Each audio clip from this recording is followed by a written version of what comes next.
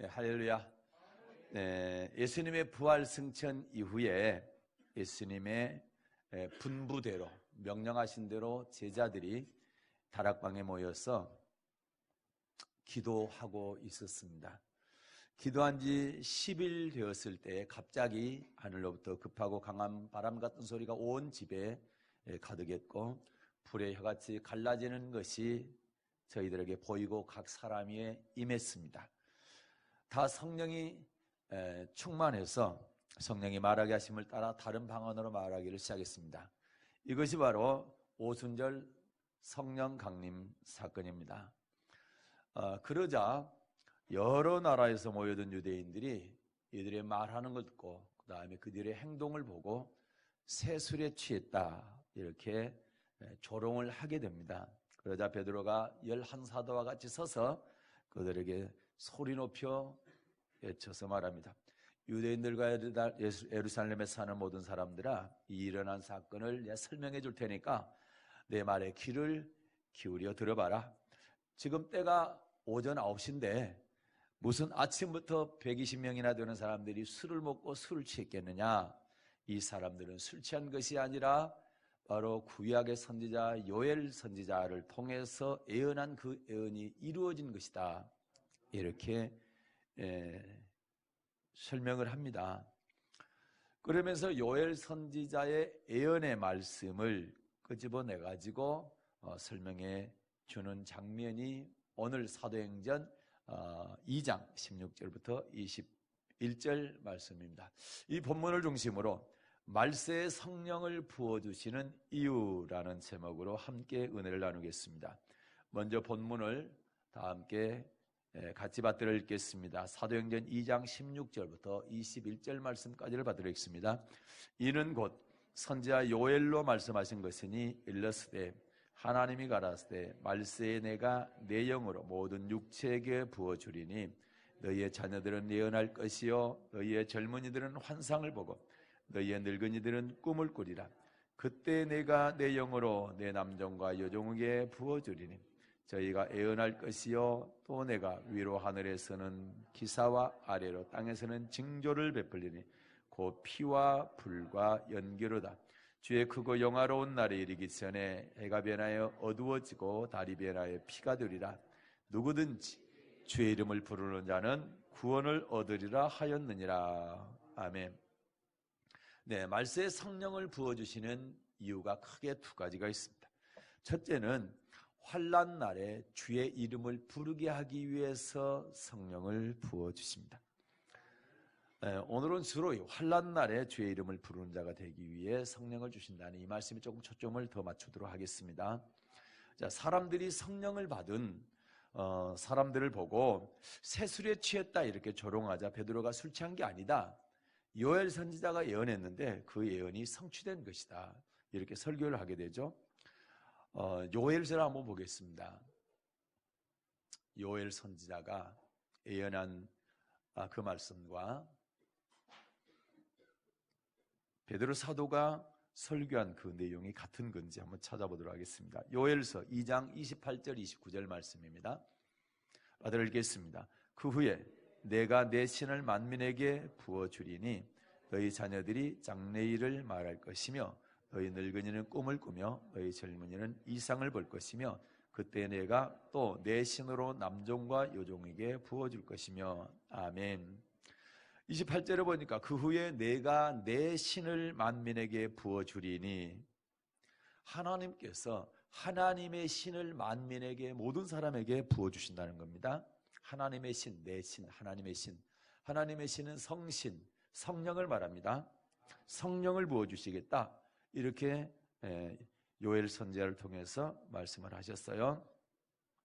그리고 이제 같은 말씀인데 사도행전 2장입니다. 이 말씀을 그대로 가져와서 베드로 사도가 설교를 합니다. 사도행전 2장 17절과 18절 보겠습니다. 받들어 읽겠습니다.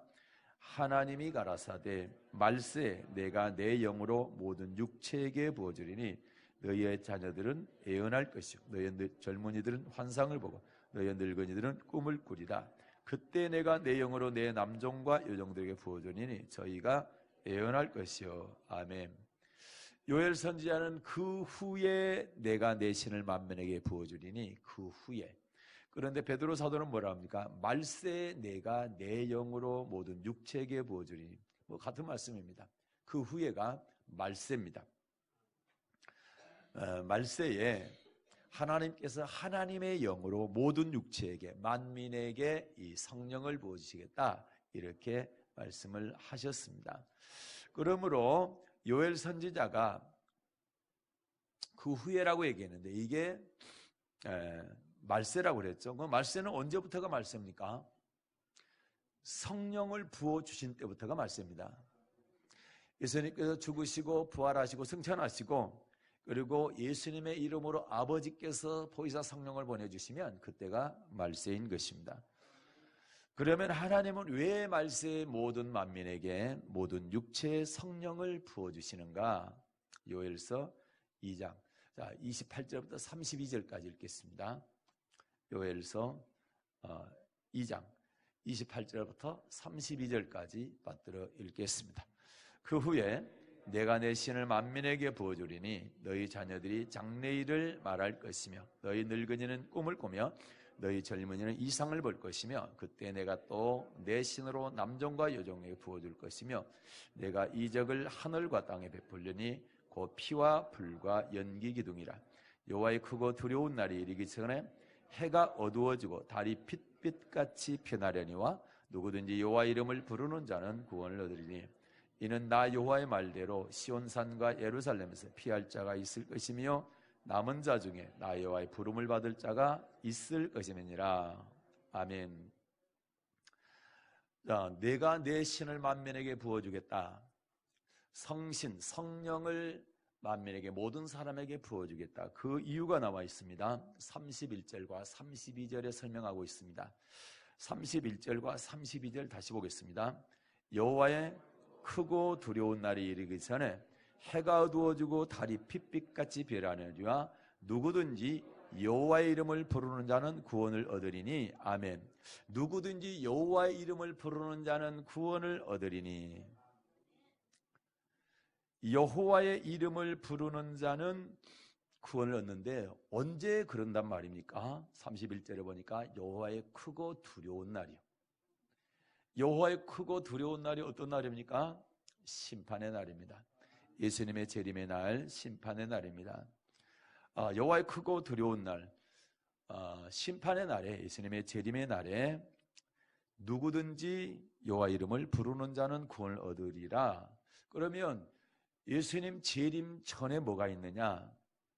해가 어두워지고 달이 핏빛같이 되는, 달이 빛을 내지 아니하고 별들이 흔들리고 별들이 하늘에서 떨어지고 하늘의 권능들이 흔들리는 그러한 일이 있고 예수님이 재림하는데, 그러면 해달별이 어두워지고 핏빛같이 되고 그 전에 뭐가 있느냐? 환란이 있습니다. 예수님의 재림 광경을 예수님께서 소계시록 마태복음 24장에서 설명했는데 거기를 보겠습니다. 마태복음 24장 30절입니다. 마태복음 24장 30절 말씀 받들어 읽겠습니다. 그때에 인자의 징조가 하늘에서 보이겠고 그때 땅의 모든 족속들이 통곡하며 그들이 인자가 구름을 타고 능력과 큰 영광으로 오는 것을 보리라. 아멘. 그때의 인자의 징조가 하늘에서 보이겠고 그때 땅의 모든 족속들이 통곡하며, 그때 얘기하고 있습니다. 그때가 언제냐? 인자가 구름을 타고 능력과 큰 영광으로 오는 것을 볼 때. 인자가 누굽니까? 예수님이시죠. 구름 타고 능력과 큰 영광으로 오신다. 이건 재림을 말합니다. 예수님 재림 때에 많은 사람들이 통곡하게 될 거랍니다. 그때 땅의 모든 족속들이 통곡하며 그들이 인자가 구름 타고 오시는 걸 본다. 예수님 재림 때에 많은 족속들이 통곡을 하게 될 것이다. 그래서 아까 요엘서 2장 31절에 보니까 여호와의 크고 두려운 날이라고 그랬죠.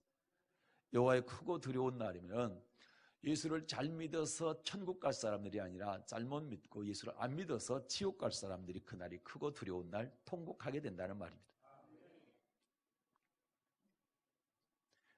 그런데 29절에 보게 되면 이런 말씀이 있죠. 지금 30절에 예수님께서 재림하시는 장면이죠. 그러면 재림하기 바로 직전에 어떤 일이 있는가? 자, 마태복음 24장 29절입니다. 받들어 읽겠습니다.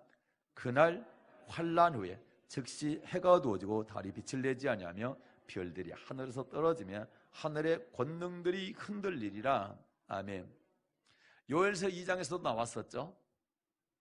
요엘서 2장 31절에 크고 두려운 날이 오기 전에, 이르기 전에 해가 어두워지고 달이 핏빛같이 변할 거라고 그랬잖아요. 그런데 여기도 똑같은 말씀이 있죠. 해가 어두워지고 달이 빛을 내지 않고 별들이 하늘에 떨어지고 하늘의 권능들이 흔들리리다. 그 다음에 예수님께서 구름 타고 오신다. 그런데 자, 해달별이 어두워지는데 그 전에 뭐가 있어요? 환란이 있다네. 다시 마태복음 24장 29절 시작. 그날 환란 후. 다시 읽겠습니다. 시작. 그날 환란 후. 다시 한번 읽겠습니다. 시작. 그날 환란 후에 즉시 해가 어두워지고 달이 빛을 내지 아니하며 별들이 하늘에서 떨어지며 하늘의 권능들이 흔들리리라. 아멘. 자, 해가 어두워지고 별들이 빛을 내지 않고 달이 빛을 내지 않고 별들이 떨어지기 전에 뭐가 있다고요? 환란이 있다. 환란 후에 해달별이 어두워지고 그리고 예수님께서 구름 타고 재림하신다. 그 순서를 꼭 기억해야 됩니다. 이 순서를 기억해야 돼요. 그래야 오늘 말씀이 이해가 되는 겁니다. 그러면 자, 순서를 보게 되면 환란이 있습니다. 그리고 해달별이 빛을 잃고 어두워지죠. 그 다음에 예수님께서 구름 타고 재림하시죠. 그 순서입니다. 그러면 다시 말해서 예수님 재림 전에 환란이 있습니까? 예수님 재림 후에 환란이 있습니까? 예수님 재림 전에 있어요? 재림 후에 있어요? 환란이? 예수님 재림 전에 있죠. 만약에 환란 전에 예수님께서 재림을 하시면 환란 끝까지 견딜 필요 있어요? 없어요? 그럴 필요 없죠. 환란에 들어가기 전에 예수님께서 재림하시면 환란 끝까지 안 견뎌도 되죠. 그런데 환란이 있은 다음에 해달별이 어두워지고 그 다음에 예수님께서 재림하기 때문에 환란을 끝까지 이겨야 될까요? 안 이겨도 될까요? 그렇죠. 반드시 환란을 통과해야만 됩니다. 그래야 예수님 재림할 때 주님을 맞이할 수가 있는 거죠. 그것을 성경이 설명하고 있는데, 그러면 그날 환란 후라고 그랬는데 그 환란이 어떤 환란이냐? 마태복음 24장 9절입니다. 마태복음 24장 9절 받들어 읽겠습니다.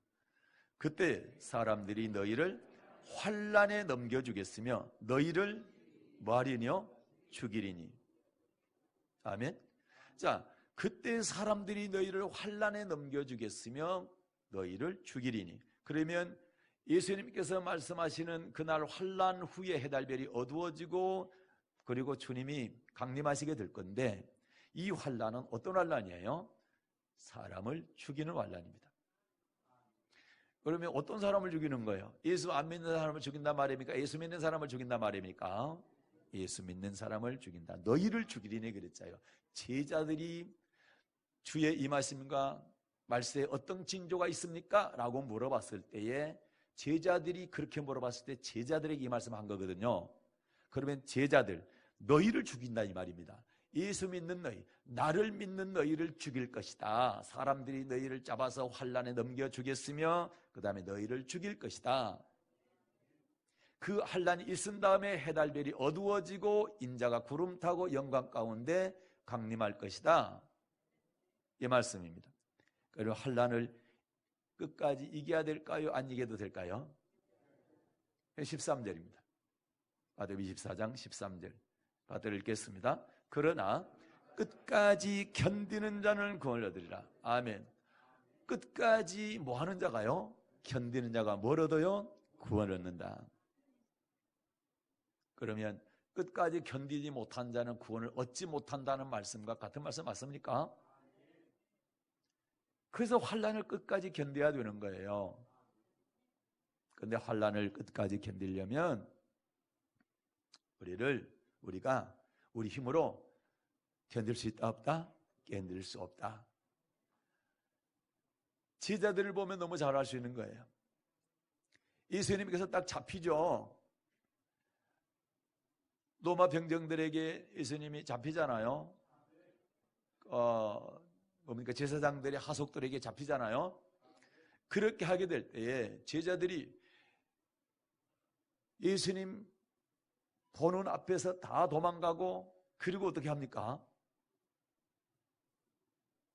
부인하잖아요. 모른다 하잖아요. 그럼 환난 이겼습니까? 못 이겼습니까? 못 이겼죠. 환난이 닥치니까 다 도망갔습니다. 한 사람도 남김없이 다 도망갔습니다. 베드로 같은 경우는 3번 부인하는데 저주하고 맹세하고 부인했습니다. 그런데 이 제자들이 사도행전 2장 1절부터 4절에 성령을 받고 나서 그 다음에 제사장들 앞에서도 바리새인 세교관들, 장로들 앞에서, 사두개인들 앞에서, 권력자들 앞에서 예수님을 부인합니까? 끝까지 예수의 이름을 증거합니까? 그렇죠. 끝까지 예수님의 이름을 증거하죠. 감옥에 집어넣어도 그 안에서 예수를 증거하고 밖에 나오면 또 증거합니다. 협박하고 위협해도 우리는 보고 들은 걸 전하지 않을 수 없다. 너희 말 듣는 것이 옳은지 하나님 말씀 듣는 것이 옳은지 판단 한번 해봐라. 우리는 끝까지 전하겠다. 어떻습니까? 성령 받기 전과 성령 받은 후에 제자들의 모습이 어떻습니까? 전혀 다르죠? 180도 다릅니다. 이런 담대함이 어디서 생깁니까? 성령 때문에 그렇습니다. 그래서 성령은 환난을 끝까지 견딜 수 있게 해주시는 것입니다. 여러분, 요한계시록도 한번 볼게요. 자, 요한계시록 14장에 보게 되면 예수님께서 재림하는 장면을 기록하고 있어요. 14장 14절부터 16절입니다. 요한계시록 14장 14절부터 16절 받들어 읽겠습니다. 또 내가 보니 흰 구름이 있고 구름 위에 사람의 아들과 같은 이가 앉았는데 그 머리에는 금물유관이 있고 그 손에는 이한 낫을 가졌더라. 또 다른 천사가 성전으로부터 나와 구름 위에 앉은 이를 향하여 큰 음성으로 외쳐가로되 내 낫을 휘둘러 거두라. 거둘 때가 이르러 땅의 곡식이 다 익었음이로다 하니 구름 위에 앉으신 이가 낫을 땅에 휘두르매 곡식이 거두어지니라. 아멘. 구름 위에 사람의 아들 같으니, 사람의 아들은 인자라고 그랬죠. 예수님은 본인을 지칭할 때에 인자라고 얘기했어요. 그래서 구름 위에 사람의 아들 인자, 예수님이 앉으셨죠. 16절에 보면 구름 위에 앉으신 이가, 그건 예수님께서 재림하실 때 뭐했다? 손에 뭘 들었어요? 낫을 들었죠. 이한 낫이라는 얘기는 큰 낫을 들었다는 얘기입니다. 낫은 뭐 하는 겁니까? 추수 때 곡식 거둘 때 쓰는 도구입니다. 그러면서 16절 보면 구름 위에 앉으신 이가, 예수님께서 땅을 나서 휘두르매 곡식이 거두어지니라. 곡식을 거둔다. 마태복음 13장 보게 되면은 추수 때는 언제입니까? 세상 끝이요. 추수 때는 세상 끝이요 그랬잖아요. 세상 끝 말세, 예수님 재림하실 때, 이때 곡식은 거두어 곳간에 드린다. 천국 들여보내고, 쭉정이는 거두어서 뭐합니까? 묶어가지고 태우죠. 가라지는 묶어서 태웁니다. 그래서 예수님 재림은 뭡니까? 알곡과 쭉정이를 거르러 오시는 것이 재림이다. 그래서 저희들이 사도신경 고백할 때마다, 신앙 고백할 때마다 저리로서 산자와 죽은 자를 심판하러 오시리랍니다. 알곡과 쭉정이 거르러 오신다. 그래서 재림하신 예수님은 손에 낫을 들었다 이 말입니다. 믿습니까? 그런데 자, 계시록 14장에 예수님께 재림하는 장면인데 바로 재림 전에 13장 보겠습니다. 재림 전 13장, 요한계시록 13장 5절부터 7절입니다. 받들어 읽겠습니다. 또 짐승이 큰 말과 참남된 말하는 입을 받고 또 42달 일할 권세를 받으니라. 짐승이 입을 벌려 하나님을 향하여 회방하되 그의 이름과 그의 장막곧 하늘에 거하는 자들을 회방하더라. 또 권세를 받아 성도들과 싸워 이기게 되고 각 족속과 백성과 방언과 나라를 다스리는 권세를 받으니. 아멘. 짐승이 나오죠. 42달 일할 권세를 받아. 42달은 3년 반입니다. 이 짐승이 6절에 보니까 하나님을 회방하죠. 하나님을 대적한다 이 말입니다. 그리고 7절에 보면 이 짐승이 권세를 받아가지고 성도들과 싸우게 되는데, 성도가 이겨요? 짐승이 이겨요? 짐승이 이기죠. 성도들이 지더란 얘기입니다. 그리고 이 짐승이 각 족속과 백성과 방언과 나라를 다스리는 권세를 받았다. 그럼 이때가 되면 이 짐승이 전 세계 모든 나라를 다스린다 이 말이죠. 그러면서 성도들을 보여주고 축복해주고 그게 아니고요. 15절 보겠습니다. 받아 읽겠습니다. 저가 권세를 받아 그 짐승의 우상에 생기를 줘 그 짐승의 우상으로 말하게 하고 또 짐승의 우상에게 경배하지 아니한 자는 몇이든지 다 죽이게 하더라. 이 짐승이 지금 뭐 하는 거예요? 이 짐승의 우상의 말을 하게 하고 그 다음에 짐승의 우상에게 경배하게 하죠. 하나님 외에 다른 거에 경배하면 됩니까? 안 됩니까? 안 되죠. 그런데 하나님이 아닌 이 짐승의 우상에게 경배하고 짐승의 우상에 경배하지 않는 사람은 몇 사람이든 다 죽이더라. 그러면 예수 믿는 사람들은 짐승에게 경배를 안 하기 때문에 죽이겠죠. 그런데 자기가 살기 위해서 예수를 부인하고 이 짐승에게 경배하게 되면 나중에 심판을 받다는. 그래서 이런 환난이 있을 때, 예수 믿으면 몇이든지 죽이는 이 환난이 있을 때 끝까지 견디는 자가 예수님 강림하실 때 구원받는다. 그게 아까 마태복음 24장 13절이었던 것입니다. 그러면 재림 전에 뭐가 있어요? 짐승, 환난이 있죠. 그러면 재림은 환난 후에 있습니까? 환난 전에 있습니까? 환난 후에 있죠. 그럼 환난 끝까지 견뎌야 구원받는 거 맞습니까? 그런데 우리 힘으로 이런 환난을 견딜 수가 없다. 그러면 어떤 힘으로 견딜 수가 있느냐? 성령의 힘으로 견딜 수가 있는 것입니다. 성령의 힘으로. 그래서 하나님께서 성령을 부어주신 겁니다. 그 예언을 구약에 이미 요엘서에 기록을 했어요. 요엘 선지자를 통해서 말씀을 했고, 그 요엘 선지자 예언이 이루어진 것이 바로 그래요. 마가의 다락방에 120명이 성령을 받았던 오순절 성령 강림 사건인 것입니다. 다시 요엘서 2장 31절 32절 읽고 사도행전 2장으로 가겠습니다. 받아 읽겠습니다. 여호와의 크고 두려운 날이 이르기 전에 해가 어두워지고 달이 핏빛같이 변하느니와 누구든지 여호와의 이름을 부르는 자는 구원을 얻으니 이는 나 여호와의 말대로 시온산의 예루살렘에서 피할 자가 있을 것이며 남은 자 중에 나 여호와의 부름을 받을 자가 있을 것임이니라. 아멘. 여호와의 크고 두려운 날, 그 날은 심판의 날, 재림의 날이라 했죠. 자, 그 날에 이르기 전에, 심판날 재림이 있기 전에 해달별이 어두워진다. 그런데 마태복음 24장 예수님께서 설명하실 때 해달별 어두워지기 전에 반드시 뭐가 있다? 환난이 있다 했죠. 그래서 32절에서 누구든지 여호와 이름을 부르는 자는 구원 얻는다. 환난이 있는데 그 환난을 끝까지 참고 그때 예수 이름 부르면 너희 죽일 거야 라고 할 때, 그래도 나는 예수 이름을 부른다 하고 끝까지 예수 이름을 부르는 자, 이 사람이 구원을 받는 것입니다. 사도행전 2장 20절 21절입니다. 받들어 읽겠습니다. 주의 크고 영화로운 날이 이르기 전에 해가 변하여 어두워지고 달이 변하여 피가 되리라. 누구든지 주의 이름을 부르는 자는 구원을 얻으리라. 아멘. 자, 여기 똑같은 말씀인데 여기서는 주의 크고 영화로운 날이라 했죠. 요엘서서는 아까 두려운 날이라고 했는데 여기서는 영화로운 날이죠. 그럼 똑같은 날입니다. 어떻습니까? 예수님을 잘 믿은 사람, 알곡들은 어떻습니까? 그날이 영화로운 날이 되죠. 그러니까 쭉정이는 어떻습니까? 그날이 두려운 날이 되죠. 그래서 그날 통곡하는 날에 있고 택한 자가 되어서 천사들에 의해서 이름이 불려져서 공중으로 끌어올라가는 사람이 있는 것입니다. 그래서 우리는 어떤 사람이 되어야 됩니까? 끝까지 환난 견뎌서 알곡돼야 된다. 곡식돼야 된다. 그렇게 되시기를 주님의 이름으로 축복합니다. 그래요. 그래서 말세에 틀림없이 주님께서 성령을 우리에게 부어주시게 되는데, 그거는 주님의 이름을 끝까지 부르게 하게 하는 것이다.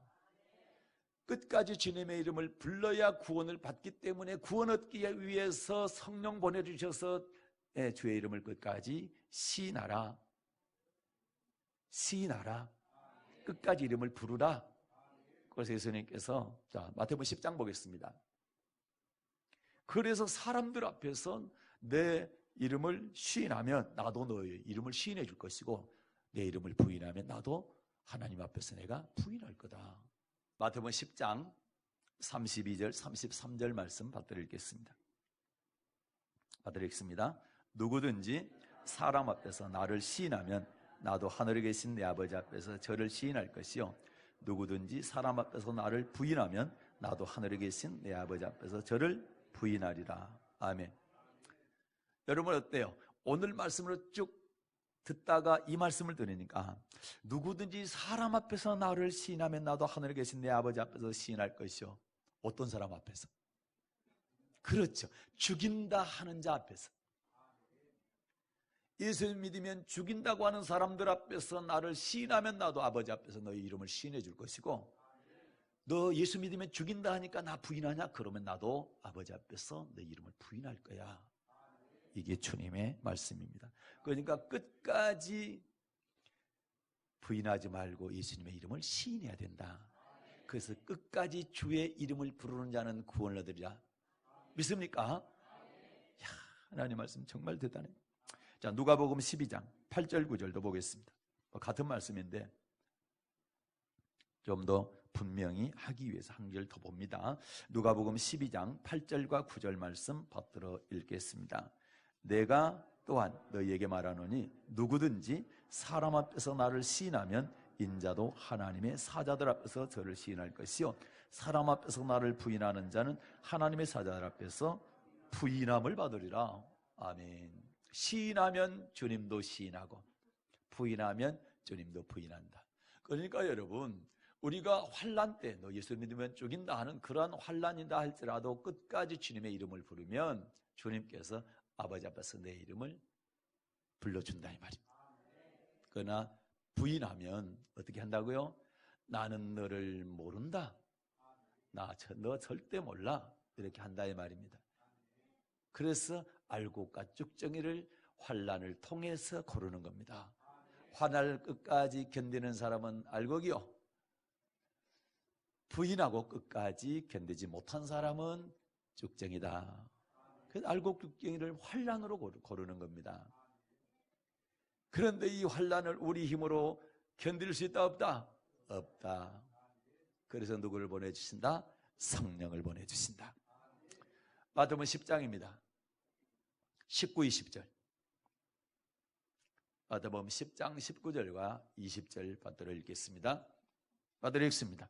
너희를 넘겨줄 때 어떻게 또는 무엇을 말할까 염려치 말라. 그때 무슨 말할 것을 주시리니 말하는 이는 너희가 아니라 너희 속에서 말씀하시나 곧 너희 아버지의 성령이시니라. 누구시라고요? 예, 너희를 넘겨줄 때에. 그러면 핍박의 시대가 환난의 시대가 오게 되면 우리를 예수 믿는 우리를 갖다가 권세자들한테 넘겨줘서 죽이게 한다 이 말이죠. 지금 실제로 북한 같은 데 그러잖아요. 넘겨주잖아요. 성경 갖고 있다든지 또는 예배를 드린다든지 그랬을 때 빨갛게 되게 되면 죽이든지 안 그러면 정치범 수용소로 이런 데로 넘겨주잖아요. 그렇게 하게 될 때 어떻게 하라니까? 끝까지 주의 이름을 불러야 되는데 그때 네 힘으로는 안 돼, 못 불러. 그러나 염려하지 마라. 그때 내 이름을 부르게 할 분이 계시는데 그분이 아버지의 성령이시니라. 아멘. 마가복음 13장 11절도 보겠습니다. 같은 말씀입니다. 더 분명히 하기 위해서 한 군데 더 보는 겁니다. 자, 마가복음 13장 11절 받들어 읽겠습니다. 받들어 읽습니다. 사람들이 너희를 끌어다가 넘겨줄 때에 무슨 말을 할까 미리 염려치 말고 무엇이든지 그 시에 너희에게 주시는 그 말을 하라. 말하는 이는 너희가 아니요 성령이시니라. 아멘. 사람들이 너희를 끌어다가 넘겨줄 때 뭐 대접하기 위해서 넘겨주는 겁니까? 끌어가는 겁니까? 아니죠. 핍박, 그러죠. 고통 주기 위해서 또는 죽이기 위해서 끌어다가 넘겨줄 때 무슨 말 할까 염려치 말라. 내가 예수님의 이름을 불러야 되는데 못 부르면 어쩌지. 그래 염려하지 말라는 겁니다. 예. 그 시에 너 예수 믿으면 죽인다고 그때에 말하게 하는 분이 네 속에 계시는 성령이시다. 그래서 성령 받으라는 거예요. 성령 받는 게 얼마나 중요합니까? 그래서 구약보다는 신약에서는, 신약 시대에는 이 성령 받지 않으면 신앙생활하기 거의 어렵습니다. 환난을 못 견딘다는 얘기예요. 그러나 성령을 받게 되면, 그리고 성령 충만하면 이 환난을 견디는 거예요. 그걸 제자들을 보면 알 수 있잖아요. 예수님이 누굽니까? 하나님의 아들이잖아요. 하나님이시잖아요. 아들 하나님이시잖아요. 그런데 예수님과 함께 있는데도 불구하고 환난 못 이겼어요. 그런데 예수님 떠나신 다음에 예수님께서 승천하셔서 열흘 만에 성령 보내주셨죠. 그런데 그 성령 받고 나니까 전혀 두려움이 없죠. 네. 기탄 없이 예수를 증거하잖아요. 그래도 평범한 사람 범인으로 알았다가 깜짝 놀라지 않습니까? 경탄할 정도로 놀라지 않습니까? 사람들이, 특히 권세자들이 협박을 해도 위협을 해도 눈 하나 꼼짝하지 않습니다. 그 얘기는 무슨 얘기입니까? 성령 받고 성령 충만하니까 그런 담대함이 생겨서 주님의 이름을 부르게 된 줄로 믿습니다. 그래서 우리도 그러려면 이 성령을 받고 성령 충만해야 된다. 그래서 하나님께서 말세의 성령을 부어주시는 첫 번째 이유가 주의 이름을 끝까지 부르게 하기 위해서. 언제? 환난 때. 자, 두 번째입니다.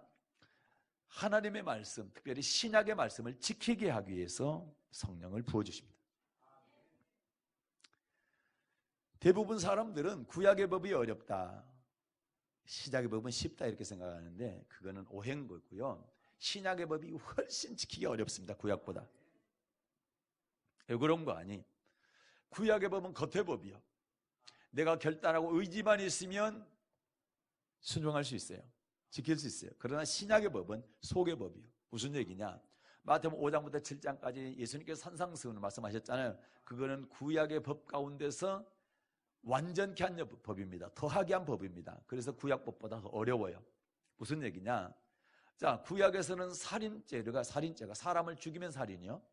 그런데 신약에서는 미워해도 또 용서 안 해도 욕해도 살인죄, 지옥불에 들어간다 그랬어요. 마태복음 5장 21절 이하에 읽어보세요. 그러면 여러분, 구약의 법이 어려워요? 신약의 법이 어려워요? 신약의 법이 훨씬 어렵죠.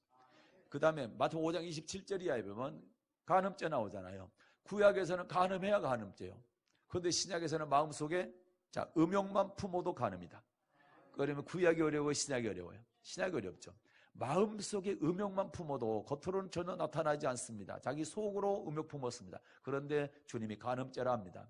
그러니 신약의 법은 속의 법이요. 어려워요. 그래서 성령 받지 않으면 지키기가 어렵다라는 겁니다. 그걸 자세히 기록한 것이 로마서 7장 말씀이에요. 바울이 자기는 선한 일을 하고 하나님께서 말씀하는 말씀 지키고 싶어. 그런데 내 속에 죄의 법이 있어요. 그게 자꾸 나를 사로잡아. 두 법이 싸워. 하나님의 법을 지키려고 하는 법과 그리고 하나님의 법을 어기려고 하는 그 마음이 싸우는 겁니다. 속에서. 그런데 꼭 누가 이기더라는 거예요? 죄의 법이 이기더라는 거예요. 그러니까 바울이 하나라죠. 아하, 나는 곤고한 자. 이 사망의 몸에서 누가 나를 건져줄 것이냐. 나는 이렇게 하다가 사형수처럼 사형받아 지옥 가게 되겠다. 왜? 내가 속의 법을 지키고 싶은데 안 지켜지거든. 예? 내가 이러다 지옥 가는 거 아니냐. 하나님의 법을 지켜야 내가 천국 가는데 못 지키니까. 그런데 그가 깨달은 건 뭡니까? 로마서 8장 1절부터 4절 보겠습니다. 간단합니다. 생명의 성령의 법. 생명의 성령의 법이 죄와 사망의 법에서 너를 해방했다. 이 얘기는 성령 받고 성령 충만하니까 죄와 사망의 법, 다시 말해서 나를 자꾸만 악한 일을 하게 하고 선한 일을 하지 못하게 하는 내 마음속에서 나를 끄집어 당기는 그 죄의 법을 이기게 하더라 이 말입니다. 뭐가요? 생명의 성령의 법이 말입니다. 그래서 내가 지킬 수 없는, 하나님께서 나한테 율법 지키라고, 하나님 말씀 지키라고 했는데 그 요구를 못 들어줬는데 성령 받으니까 그 요구를 이룰 수 있더라 이 말입니다. 로마서 8장 1절부터 4절 말씀 받들어 읽겠습니다. 그러므로 이제 그리스도 예수 안에 있는 자들에게는 결코 정죄함이 없나니 이는 그리스도 예수 안에 있는 생명의 성령의 법이 죄와 사망의 법에서 너를 해방하였습니다. 율법이 육신으로 말미암아 연약하여 할 수 없는 것을 하나님 하시나니 곧 죄를 인하여 자기 아들을 죄 있는 육신의 모양으로 보내 육신의 죄를 정하사 육신을 쫓지 않고 그 영을 쫓아 행하는 우리에게 율법의 요구를 이루어지게 하려 하심이니라. 아멘. 우리가 연약해서 율법을 지킬 수 없는데 하나님은 하시더라. 그 하나님은 누구요? 성령 하나님. 속의 법을 내가 연약해서 못 지키는데 성령 하나님께서는 지키게 하시더라. 그리고 4절에서는 율법의 요구를 이루어지게 하더라. 얼마나 감사합니까? 그래서 성령 받고 성령 충만하게 되면 하나님의 말씀을 지킬 수 있는 거예요. 특별히 신약의 속의 법까지 지킬 수 있는 거예요. 믿습니까? 그래서 예수님께서 뭐라고 그러시냐? 마태복음 5장부터 7장까지 산상수훈 말씀하시고 말미에 끄트머리에 뭐라고 말씀하시는 거예요? 구하라, 찾으라, 두드리라. 구하라, 찾으라, 두드리라. 그러면 좋은 거 줄 것이다. 마태복음 7장 7절부터 11절 받들어 읽겠습니다. 마태복음 7장 7절부터 11절 받들어 읽겠습니다. 구하라 그러면 너희에게 주실 것이요 찾으라 그러면 찾을 것이요 문을 두드리라 그러면 너희에게 열릴 것이니 구하는 이마다 얻을 것이요 찾는 이가 찾을 것이요 두드리는 이에게 열릴 것이니라. 너희 중에 누가 아들이 떡을 달라 하면 돌을 주며 생선을 달라 하면 뱀을 줄 사람이 있겠느냐? 너희가 악한 자라도 좋은 것으로 자식에게 줄 줄 알거든. 하물며 하늘에 계신 너희 아버지께서 구하는 자에게 좋은 것으로 주시지. 아멘. 아니 세상에 어떤 부모가 아들이 떡 달라 하는데 돌 줄 사람이 어디가 있냐? 생선 달라 하는데 뱀 줄 사람이 어디가 있냐? 세상의 부모도 그렇지 않냐? 아들에게 좋은 것 주려고 하지 않느냐? 그런데 하물며 만군의 여호와 하나님께서 너희에게 구하는 자에게 좋은 것 주시지 않겠느냐? 누가복음 11장 9절부터 13절 똑같은 말씀입니다.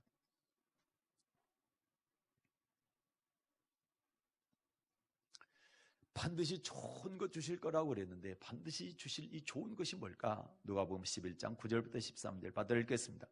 내가 또 너희에게 이르노니 구하라 그러면 너희에게 주실 것이요 찾으라 그러면 찾을 것이요 문을 두드리라 그러면 너희에게 열릴 것이니 구하는 이마다 받을 것이요 찾는 이가 찾을 것이요 두드리에게 열릴 것이니라. 너희 중에 아비된 자 누가 아들이 생선 달라 하면 생선 대신에 뱀을 주며 알을 달라 하면 전갈을 주겠느냐? 너희가 악할지라도 좋은 것을 자식에게 줄 줄 알거든. 하물며 너희 천부께서 구하는 자에게 뭘 주시지 않겠느냐? 성령을 주시지 않겠느냐? 여러분 예수님께서 신약의 율법을 주셨잖아요. 소개법 주셨잖아요. 완전케 한 법을 마태복음 5장부터 주셨잖아요. 그런데 그걸 딱 주시고 나서 뭐라는 겁니까? 기도해라. 구하고 찾고 두드리라. 기도해라. 그러면 좋은 것 주실 거다. 근데 그 좋은 건 뭡니까? 성령이시다. 이게 감 잡았습니까? 왜 성령 주시냐? 예수님께서 그 율법 지키게 하려고. 그 소개법 지키게 하기 위해서 너 기도해라. 그거 지키려면 기도해라. 그러면 좋은 것 주는데 성령 주신다. 그러면 성령이 지키게 한다 이 말입니다. 믿습니까? 참 감사한 거예요. 지킬 수 없는 법을 하나님께 주시고 이거 지켜라. 안 지키면 너 지옥 보내겠다 그랬다면 정말 하나님 나쁜 분이잖아요. 그런데 하나님은 지킬 수 있도록 성령을 보내주시겠다는 거예요. 그리고 보내주셨어요. 지금도 보내주고 계셔요. 얼마나 감사합니까? 그래서 여러분 우리는 하나님의 말씀대로만 하면 반드시 천국 갈 수 있는 거예요. 그런데 하나님 말씀대로 안 하니까 천국을 못 가는 거지. 그래서 여러분 이 말씀을 본다면 이 말씀대로 본다면 자 완전케 된 신약의 법을 지키기 위해서 구하고 찾고 두드려라. 이 얘기는 기도하라는 얘기죠. 그러면 이제 마태복음 5장 21절 이하에 보면 이제 살인죄가 나오잖아요. 그러면 용서 안 해도 또 뭡니까? 욕하고 막 이렇게 해도 그리고 또 용서 내가 구해야 되는데 용서 못 구하고 이렇게 할 때 뭐 하라는 거예요? 이게 안 되면 어떻게 하라는 겁니까? 구하고 찾고 두드리라는 거예요. 기도하라는 거예요. 그거 안 될 때.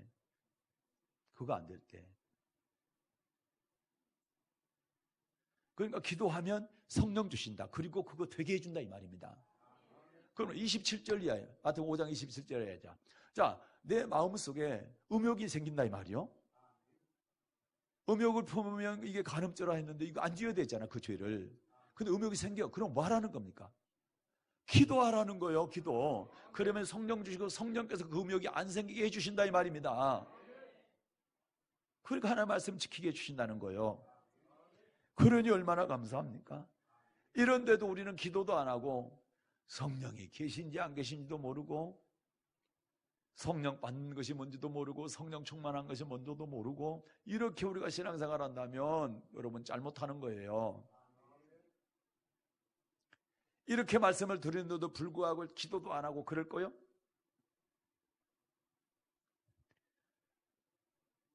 잘 하실 겁니까? 기도 열심히 하셔야 되잖아요. 기도하고 성령 받고 성령 충만하게 되면 환난도 끝까지 견디어서 구원받게 해주시고 하나님 말씀도 지키게 해주시니까 하나님 말씀 지키면 복 받잖아요. 축복 받잖아요. 복도 받고 천국도 가고 얼마나 좋아요. 그런데 안 하는 거예요. 안 해. 합시다. 해요. 그러라고 이런 말씀을 주시는 거예요. 예. 그러면 왜 말씀에 순종할 수 있도록 성령을 부어주시냐? 하나님의 말씀을 지킬 수 있도록. 그것 또한 천국 보내기 위함이다. 이 땅의 복도 있지만 진짜 더 큰 복은 천국 보내기 위함이에요. 마태복음 7장 21절. 자, 여기 보고 마무리하고 마칠게요. 자, 마태복음 7장 21절 받들어 읽겠습니다.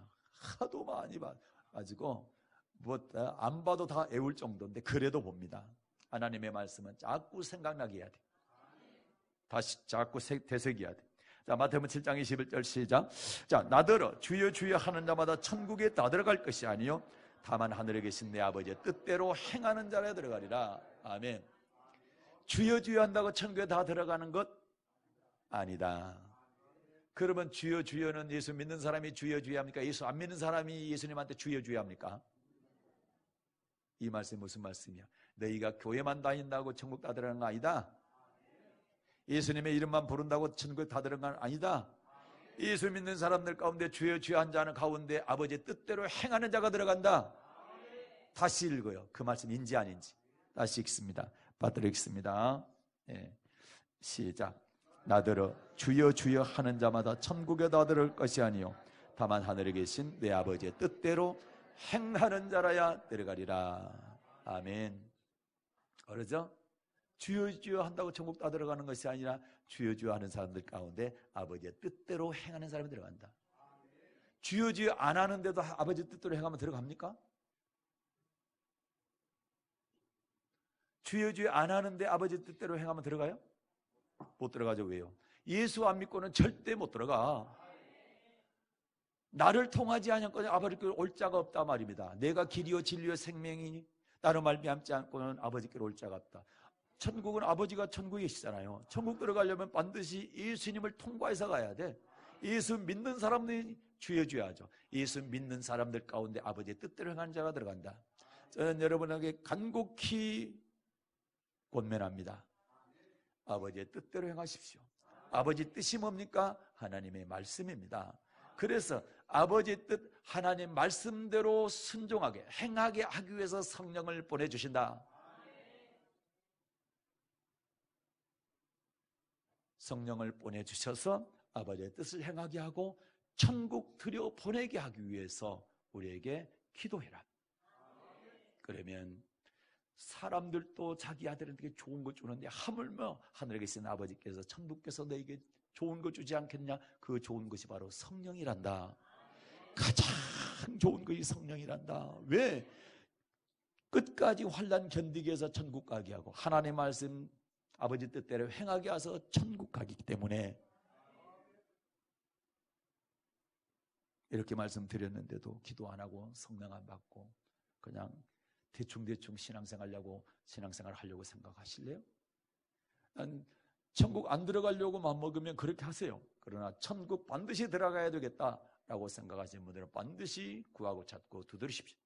기도하십시오. 성령 받으십시오. 그리고 날마다 기도함으로 성령 충만해서 환난 끝까지 견디시기를 바라고, 그리고 하나님의 뜻대로 행하는 그런 삶을 통해서 이 땅에서도 순종하는 자에게 주시는 시편 23편의 복을 받고, 그리고 저 하늘에 천국에 들어가는 그런 놀라운 축복의 주인공들 되시기를 예수님의 이름으로 축복합니다. 은혜로우신 하나님 아버지 감사합니다.